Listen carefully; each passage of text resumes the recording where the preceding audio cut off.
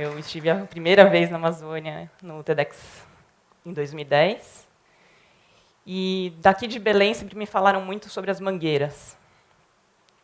E vindo para cá, ontem, eu, ao olhar Belém pelo avião, já me apaixonei.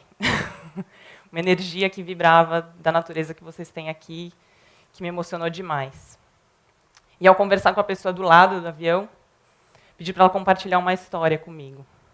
E eu conheci a Iva, que é uma paraense, morou aqui no Belém por 55 anos, hoje ela mora em Brasília.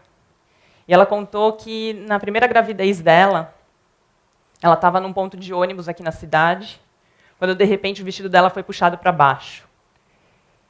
E, ao olhar para dentro do bolso do vestido, tinha uma manga. E ela imediatamente se alimentou. Então, é uma generosidade preciosíssima. Ao olhar as árvores de forma diferente, eu passei a sentir elas na riqueza do que é único de cada espécie, e até mesmo do que é único em indivíduos únicos da mesma espécie. Elas têm a textura do tronco maravilhosa, que a gente pode tocar, sim, é permitido. O desenho das folhas há mais de uma infinidade de tons de verde. A gente não tem noção de quanto verde, quantos verdes nós podemos enxergar. O desenho dessas folhas, o desenho das flores, a beleza e a alegria que as flores trazem para o nosso dia a dia.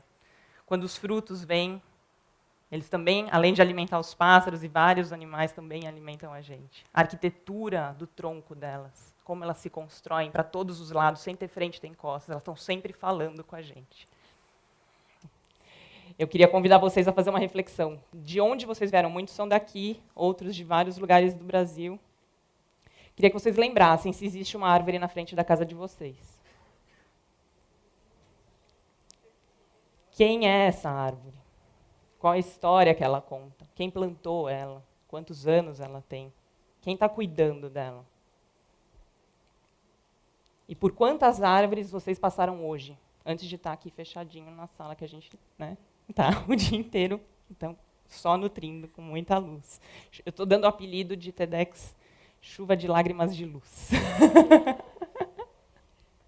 Lindas, lindas, todas as palestras. E como essas árvores estão no caminho que a gente teve aqui até hoje. Então, me deparando com toda essa riqueza, lá em São Paulo e, infelizmente, em muitas cidades, a gente encontra uma realidade bastante triste. Essa árvore está passando fome. Ela não tem acesso à água, não tem acesso a alimento, nutrientes. Nós estamos sufocando a natureza das nossas cidades. Não só das cidades, inclusive daqui, da própria Amazônia, de muitos biomas do nosso país. Elas simplesmente são ignoradas. Isso é dia a dia da cidade de São Paulo. Estão sendo entulhadas e esquecidas completamente. Ao ponto da gente estar atingindo um limite. Está atingindo um limite de fragmentação. Elas são mutiladas. E, invariavelmente, estão chegando à morte.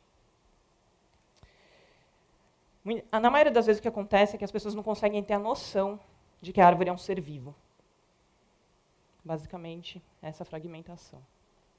Mas existe uma lembrança ali, porque nós estamos intimamente conectados com elas. Nós só podemos estar aqui hoje, respirando, vivendo, na condição de vida que a gente tem, porque elas antes estavam aqui preparando o lugar para nós.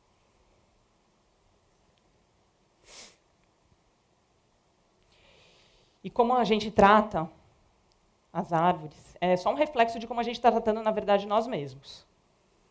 É um reflexo. O que a gente está fazendo fora é o que a gente está fazendo dentro. Muitas vezes a gente esquece. Hoje em dia a gente acha que a gente é muito mais parecido com um computador do que com a própria árvore ou a natureza. A gente gruda, né, um anexo celular e esquece. As árvores, eu vou contar aqui um pouquinho de o que eu vejo delas, como elas são como nós. Elas são grandes mestras nossas irmãs, nossas mães. Se elas tivessem boca, essa boca ia estar na raiz delas. As suas veias se ramificam desde a raiz e na profundidade das terras, levando alimento por todo o corpo dela.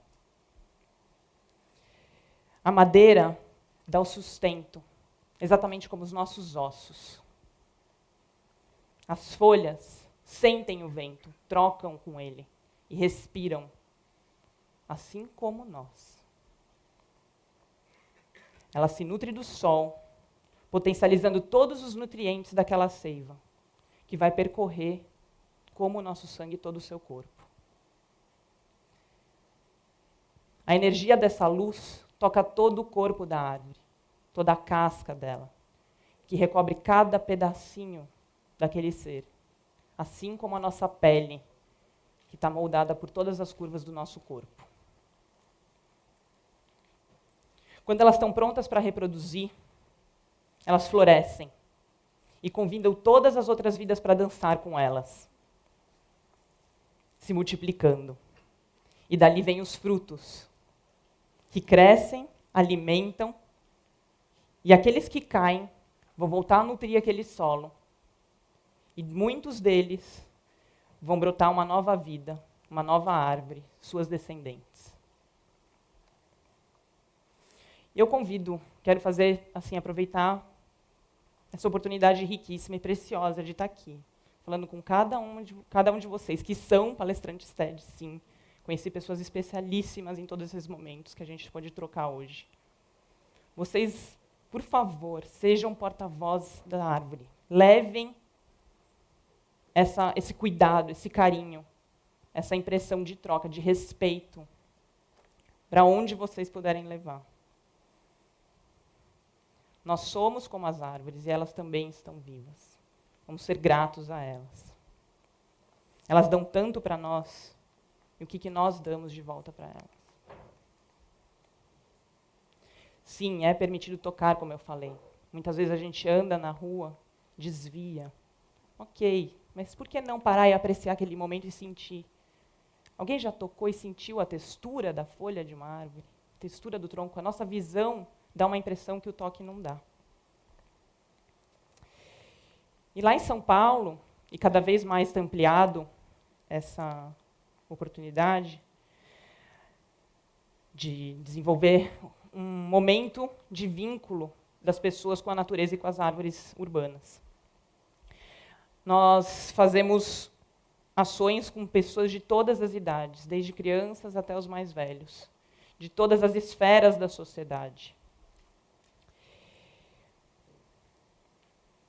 E, imediatamente, o que a gente percebe é que muitas e muitas pessoas querem conhecer a árvore que está mais perto delas. Elas vêm e trazem. Elas sabem como é, elas só não se importavam antes. As crianças imediatamente têm o canal aberto e acessam isso naturalmente. Elas não estão fragmentadas ainda. E os mais velhos trazem a memória e a recordação afetiva com as árvores que eles conheceram na vida deles. Isso me faz feliz, nesse momento, de compartilhar uma história do Sr. Ailton. O Sr. Ailton, ele foi voluntário num trabalho que a gente realiza no Parque da Luz, o primeiro jardim público da cidade de São Paulo. E ele, numa roda de conversa com todos os voluntários, contou que, com o caminhão que ele dirigia todos os dias por uma rua, ele passava por uma árvore muito, muito especial. E ele tinha um desejo profundo de abraçar aquela árvore. Mas ele não tinha coragem de descer e abraçar. Até que um dia, ele passou a noite, a rua estava vazia. Ele parou o caminhão e imediatamente partiu para o abraço. Eu conheço também a Karen, que tem a árvore dos desejos, que ela plantou junto com a avó dela desde semente, um caquizeiro. E depois que a avó dela faleceu, ela teve a oportunidade de plantar essa árvore com todos os amigos dela numa praça, onde todos plantaram juntos seus desejos, e esse caquizeiro frutificando, florescendo e crescendo. A intenção é que esses desejos possam crescer e se realizar como ela. Uma pessoa muito especial, a Karina. morando aqui na Amazônia, em Presidente Figueiredo, caminhando pela floresta, encontrou essa árvore gigante na frente dela. E num momento muito difícil da vida dela, ela parou. Parou não. Ela simplesmente virou uma árvore. Ela se fixou ali na frente dessa grande árvore. E começou a ver árvores tombando, caindo, e outras nascendo, crescendo. Isso veio. E naquele momento, a árvore deixou a mensagem. Karina, a floresta que você vê aqui hoje não foi sempre assim. Para que ela pudesse existir, muitas árvores tiveram que tombar, a fim de que outras pudessem nascer. A transformação é necessária para a manutenção da vida. Essa é a árvore que conheceu meu bisavô, um castanheiro em Portugal, que deve ter por volta de uns 300 anos. Ela está exatamente na vila onde meu bisavô viveu, nasceu e cresceu, antes de vir para o Brasil. E eu tive a alegria de conhecer ela com toda a minha família em 2010. O óbvio nem sempre é óbvio. E aqui eu vou lembrar um pouquinho, mais uma vez, de algumas coisinhas que elas trazem para nós. A sombra, que nos dá proteção. O fruto, que é alimento para todos nós. A madeira, que levanta as nossas casas. A casa de tantas outras vidas, animais e outras plantas. As mensagens de luz que acalmam a nossa alma. Esse é o jequitibá rosa, que mora em Santa Rita de Passa Quatro, no interior de São Paulo. Tem por volta de 3.000 anos. Uma das árvores mais antigas do mundo. E eu escolho ele como representante de uma mensagem muito linda, deixada pelos povos tradicionais americanos. O povo em pé nos inspira, como guardiões de nossa Mãe Terra, a olhar a raiz de cada bênção, reconhecer a sua verdade e utilizar esta bênção para o bem, de tal forma que sua dádiva não tenha sido ofertada em vão. Gratidão.